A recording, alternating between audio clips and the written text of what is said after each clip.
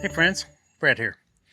I've got the Girard water heater in this 30-foot bunk fine cloud trailer. So I'm here at Ramble Trailer Works. I even got my work shirt on. I recently made a video on the Fogatti Ultra water heater. I talked about Chad having put one in his trailer, and today my intent is to remove this Girard and install the Fogatti, which is sitting here on the ground behind the camera. So I'm going to go through some steps that I can show you a few things. I've been asked about an install video. I'm not going to put this on my own trailer because I have the shower mixing valve swap out, so I don't have that cold water sandwich in the shower that most people have issues with. And we generally don't have any issues with our water heater because I've done that, but this trailer does. So because of the corner shower, is not able to do that mixing valve thing easily. It's possible, but not very easy. It's a lot of work and a lot of PEX lines to get run where it needs to get ran. So changing out the water heater is a pretty simple thing. So I'm going to talk about a few pieces that you need to look at first to make sure and how to do this. And I'll go inside and show you some more things in a second. But I'm getting my trusty tape measure here. The hole for the back side of the Fogatti that the camera is currently sitting on is 13 by 13. And this is a 13 by 13 hole right here. So I'm going to pull these screws out around here, pull the water heater out. But before I do that, there's a few things on the inside that I have to do. So let's go check those out. So I've already removed the cover back here, and you can see the back side of the water heater. So here's your 12-volt power supply and the controller for the control on the inside. Down outside, there's a drain tube on the bottom of the trailer that goes out the floor right here. I put a bucket under that, and I opened up this valve, and then I took the hot water line off. So now air can go in, and then it can travel out and go out that way. I did all that after I relieved pressure. I also took my 3/4 inch wrench and pulled off the gas line after ensuring the gas propane tanks was off. And now I'm going to pull off the freshwater inlet. And I may have a little bit more water drain out of that. But all in all, it should be pretty empty. So I do get a little bit of squirt out of that. No big deal.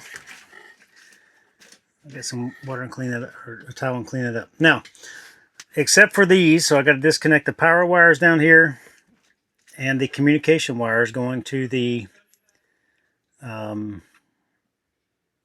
controller inside the bathroom. So there's 4 wires here coming off the thing and going into these Wagos. So I'll make sure which Wago is going to what, and then I will go outside and disconnect that. All right, so I'm going to pull off the hot wire.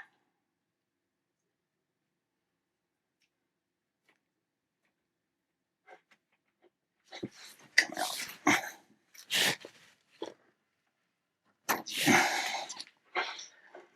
I'll cover up the hot trailer side.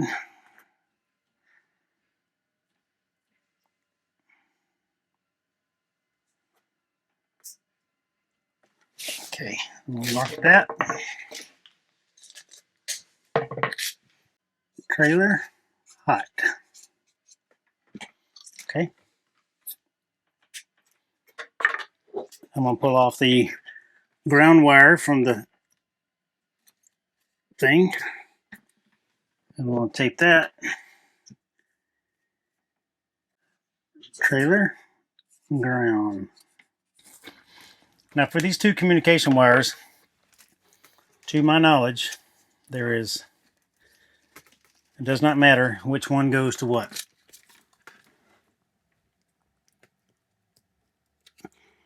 It's a very simple circuitry. So I'm not going to mark those. So now I have the water disconnected, hot and cold, and the propane's disconnected. Power and all that stuff is also disconnected. So it's time to go remove the screws on the outside and pull the water heater out. And right down here was my drain tube and the bucket that all that water drained out from. Screws coming out.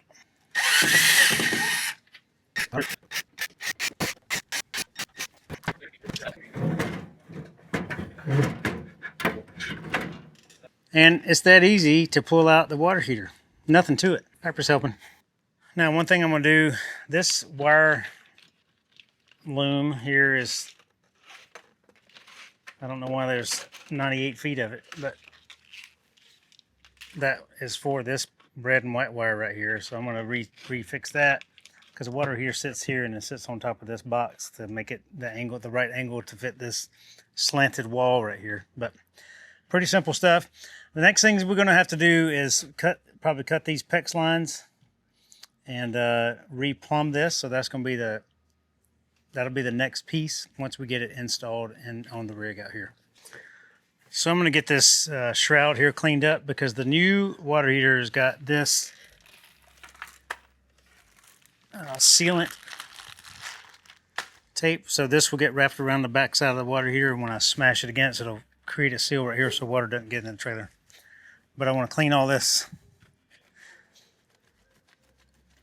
So here's the back of both of them. This is the new Fogatti. This is the one you just saw inside. So remember, cold goes in here, hot comes out here.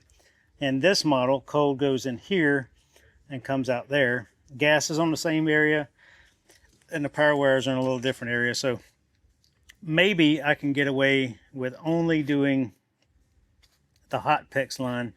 I might be able to hook this one up, but I'll have to verify that it will reach. If not, it's not that big a deal to swap them out. And Piper's being an awesome help, aren't you, Pipe? You being a good helper? You being a good help? Good girl. All right. Sealant, foam sealant. And put a piece all the way across the top here. And on the side. And then my other two. Just be mindful when you're putting this sealer tape on here that you do not smash it or stretch it out. I mean, I said smash it, but don't stretch it. I want it to cover all the sides, so I don't want it to be stretched out and losing its integrity. I would like to add another little strip around the edges here if I had extra, but I don't have any extra at the moment. So this is going to have to be what we get.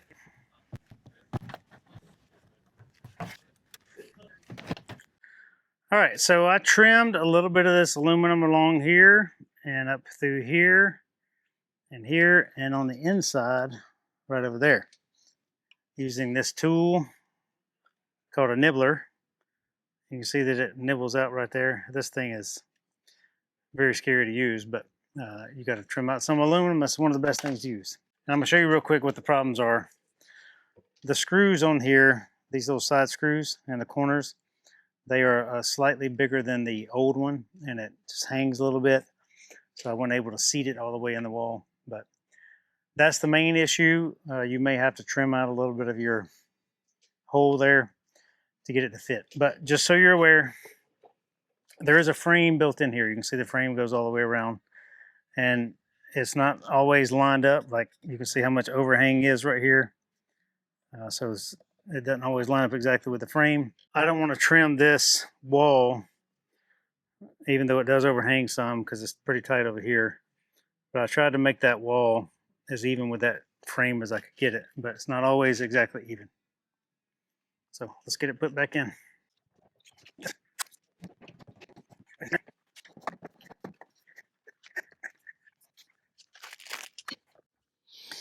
All right, I got it seated. And I got these screws here. All right, I'll put the rest of the screws in.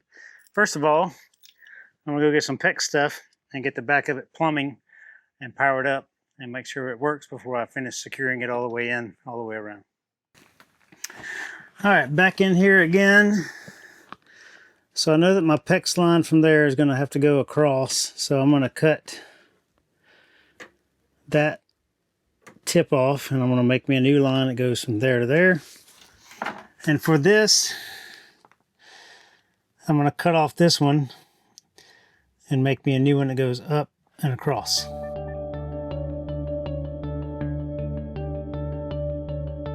right, everybody, we have successfully reinstalled the PEX lines.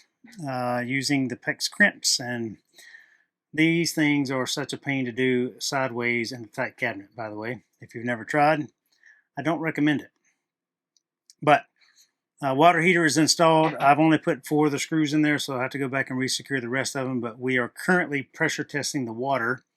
I've got city water on at 55 psi, and it's all good.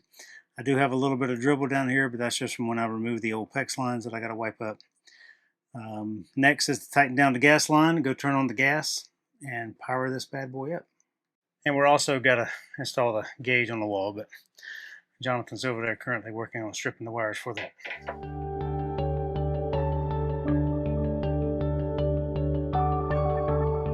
And in here in the bathroom, we pulled off the old controller, and you have the 2 Wagos there, and we will snap in the new controller. Stripped wires. Power's on. So let me turn the propane on. All right, so because I had the propane line disconnected, we have hooked the propane back up, tested it on the stove to make sure the propane's flowing smoothly. What also I will do, because we've had a break in the propane system, is do a 11 inches of water column test using the drop test, basically what it is. But water heater is on. I have set to 116. So we're going to fire up the old faucet right here and see what happens. So I can see water's coming in. The fan, I just heard it kick on.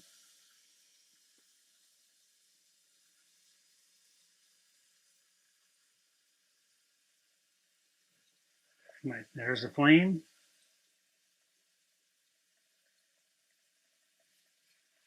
$105, $113, $116 where I got it set.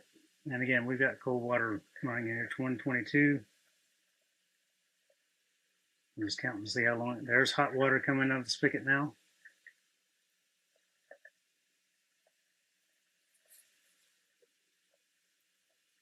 And it's hot.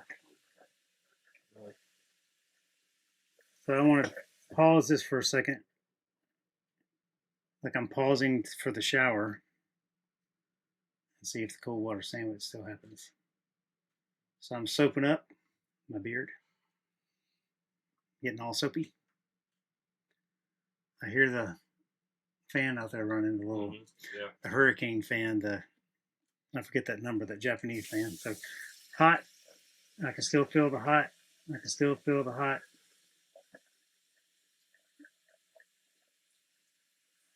That flame lit before the light came on. So I had zero change in temperature. Really? No. And it hasn't dropped. And it might have got a little bit of warm right there, but not cold. Yeah. It's slight temperature drop right there, but maybe not very slight. Not to make you jump out of the shower. No, not to make you jump out of the shower. Okay. Fogatti water and heater install success. Now we got to button everything up and clean everything up. All right, the water heater is installed. I'm going to go finish putting in the rest of these screws here. I'm going to clean up a little bit of my trim up here, my sealant, and I call that a success. And I think it looks pretty awesome on the rig here, and pretty happy with this work.